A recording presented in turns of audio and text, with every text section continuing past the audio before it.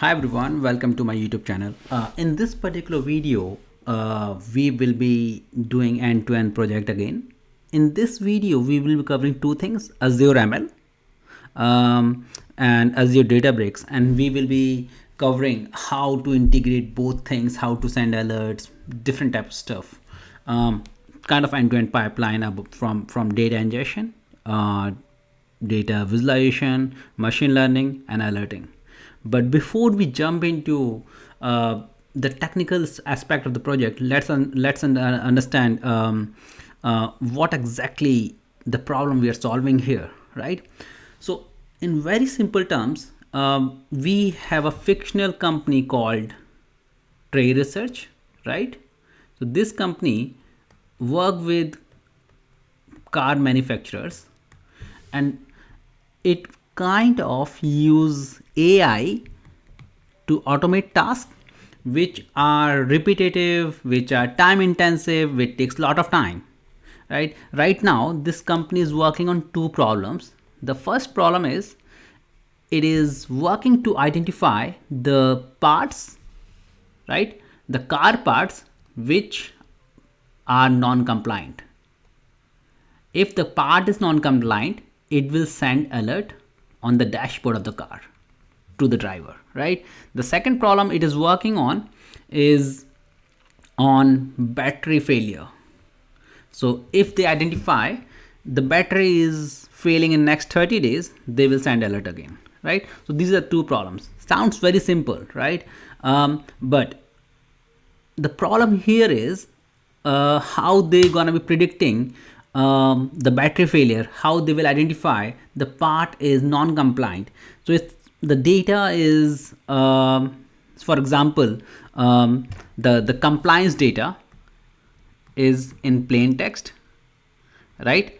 And this text needs to be processed during NLP. We need to identify, we need to process this data, and we need to identify whether this part is compliant or not. There are certain factors we're gonna be looking into it. For battery, what they will be doing, they will be checking few factors like how long it is taking to start the car, how long it is taking to charge the car, right? How far the car is running in one charge. And based on, they will feed this data, and we'll see the data in detail, but they will feed this data into a machine learning model. And so basically this is time series data. So every day, so this is telemetry data, first thing. So battery data is telemetry data, right? And this data is kind of generated from the car, and it is ingested into our IoT hub. From IoT, it is going to your ML in some way. We'll look into it, right? But this is time series data. That's the most important part. And this data is generated on daily basis, right? And if we see that, okay, based on this data, if we predict that car battery is going to be died in next 30 days, we'll send the alert, right? Now, so Trey Research wants to understand how they might use machine learning or deep learning in both scenarios, and standardize the platform that would support data processing, model management, inferencing aspect of each. They also interested to learn what new capabilities Azure provide that might help them to document and explain the models, like model explainability. And they also want to see whether they can create dashboards, right? So the same thing, they will like to see distinct. They don't want to go for different technologies because their IT team is not that big. They want to minimize the number of technologies, right? So basically, let's say they just want to go for one or two technologies which can do this magic for them, right? And they want to know how NLP based model can be used for the compliance and for the battery lifespan forecasting. Now when we see, now let's jump to our machine learning, Azure machine learning service taxonomy, right? So when we talk about Azure machine learning, there are few possible roles. The roles can be reader, contributor, or owner, right? And when we talk about targets, compute targets, there can be local Azure HD inside, Azure Kubernetes Service Cluster, Azure Container Instances, Azure Databricks, which we will be using today, Azure Data Lake Analytics. There can be possible compute targets, right? In Azure Machine Learning Workspace, we have notebooks, BM, virtual machines, right? And then we have experiments, we will have pipelines, and we will run the experiment. In the when we run it, we will have a snapshot, output file, metrics, and logs. In a snapshot, and then we will have Azure associated like different associated Azure resources, for example, container registry, Azure keyword, etc. So this is the whole ecosystem of Azure machine learning workspace, right? And we gonna be seeing all these once we implement the solution. I just want to show you that, okay, we will be touching all these when we implement our solution, right? What we will be doing here, we will be doing real-time analytics, right? We gonna be ingesting streaming data, right? Streaming data from where? From telemetry data, right? This is telemetry data from car. And then we gonna be ingesting logs. We will be ingesting files. Which files? Compliance files, right? Or the parts compliance files. We will be using Azure Event Hub and Databricks, and then we will store that into your blob storage. We will prepare and train the data in Azure Databricks, and then for any alert or any anomaly, we're gonna be ingesting data into Azure Cosmos DB.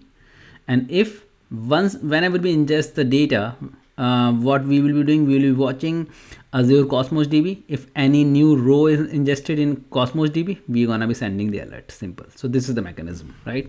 We will be seeing this. Now let's see what data we are processing, right? So what each mechanic or inspector is doing, it is providing three things in document for the component, right? The first is manufacturing year, right? It can be any year, 1985, 2020, 2010. Then the condition of the component, what he's seeing, right? So if he inspect one of the part and he says the part is not in very great condition, he will mark it poor, right? It can be fair, good, and new. What is the material used for the component? Plastic, carbon fiber, steel, and iron. So what is the compliance rule? It's very simple. So this is what they want to, so this is what is provided by inspector in a file, right?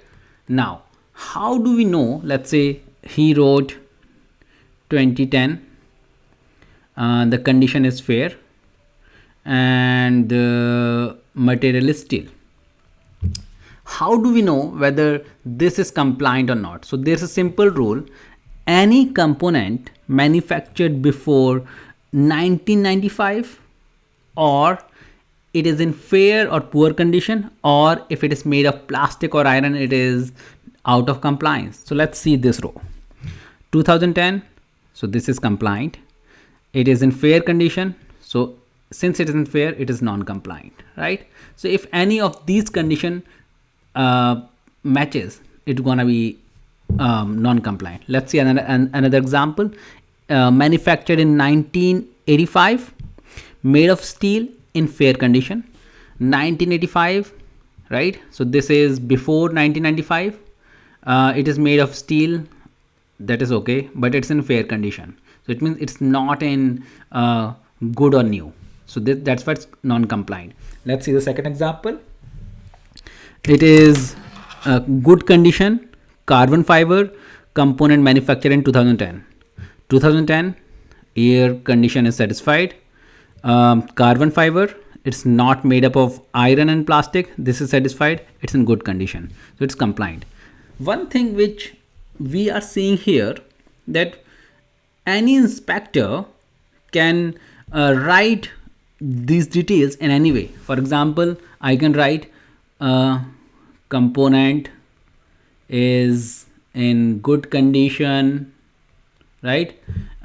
It is manufactured in 2020 and it is in fair condition, whatever, right? So there is no format in which they can write it. They can write it in plain text.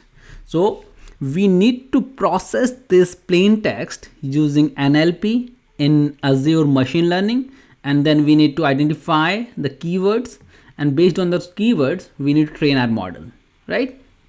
So this is your component data. Now with regards to the battery telemetry, the subject matter expert at Trey explained that batteries are manufactured to a specification indicating how many cycles sorry, how many cycles, that is complete charge discharge cycle. So basically you have a battery, right?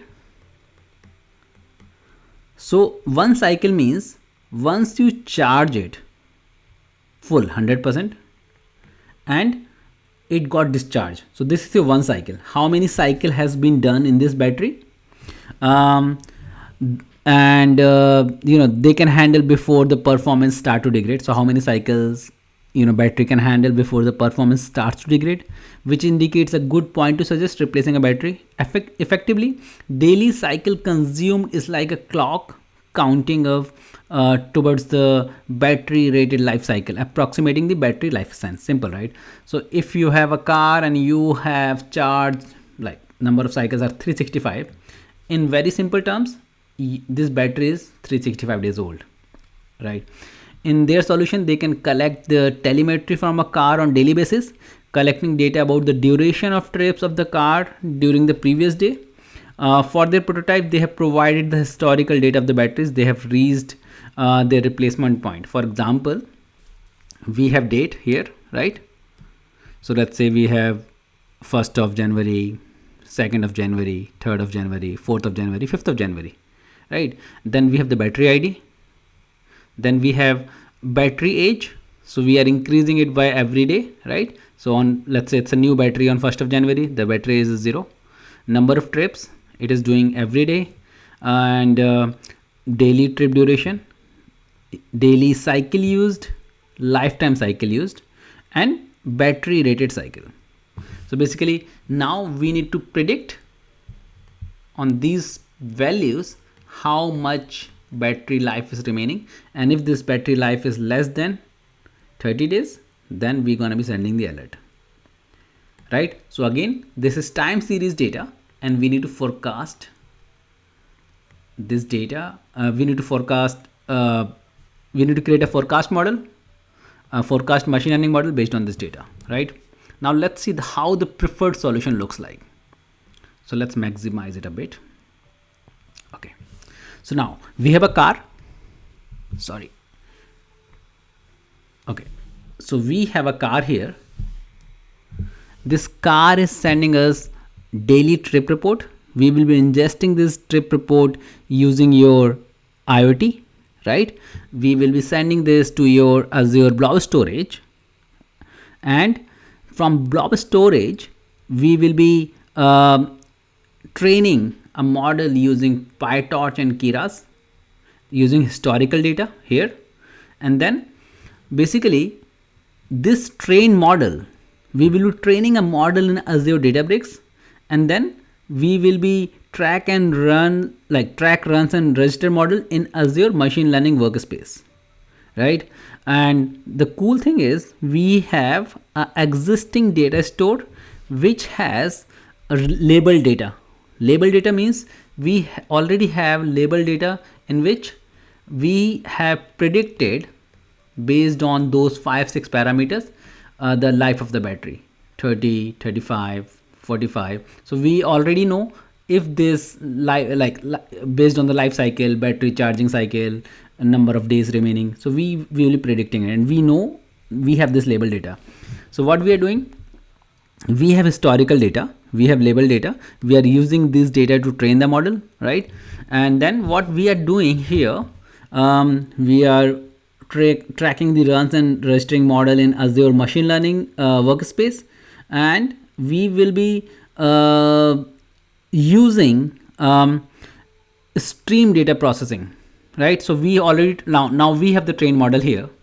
We will register this model, and we're gonna be using this registered model using our streaming data processing. So the data which is coming from IoT Hub here, we will be using this model and predicting on the real-time basis whether the car battery is failing or not, right? If it is failing, we're gonna be inserting a row into your Cosmos DB. Once the row is inserted, we will generate the alert, right? And we will send the alert using Azure function, right? And we can use Azure Databricks for batch processing as well, right? One more thing what we can do, we can use Azure AutoML for the forecasting as well. So either we can write our own model, or we can use Azure AutoML. In this particular scenario, we're gonna be using Azure AutoML. So in Azure AutoML, we will be feeding it with our battery data, this data, right? And so we have the existing data store. We will be feeding Azure AutoML with this data, and we will be registering the best model which gets out of this Azure AutoML in Azure MLS workspace, and then we will be using that registered model in your Azure Databricks. So this is what we will be doing. So now we have understood what the exact problem is, right? We have understood. So basically, let me put it here, right? So we have understood the problem. We have understood the data, and now we have the overview, right? And the final part is implementation. So in the next video, we will be working on how to implement this particular solution in Azure ML and Azure Databricks. So we will be doing like this: Azure ML and Azure Databricks. We will be implementing Azure ML workspace. We're gonna be have Azure Databricks. We will be doing Auto ML in Azure ML, and we will be registering the best model. We will be using that model in Azure Databricks to predict the anomalies, right? So wait for the next video. Please subscribe the channel if you like me to implement this particular video or end-to-end project, and keep learning, keep growing. Thanks again for all the support and help. Really appreciate it.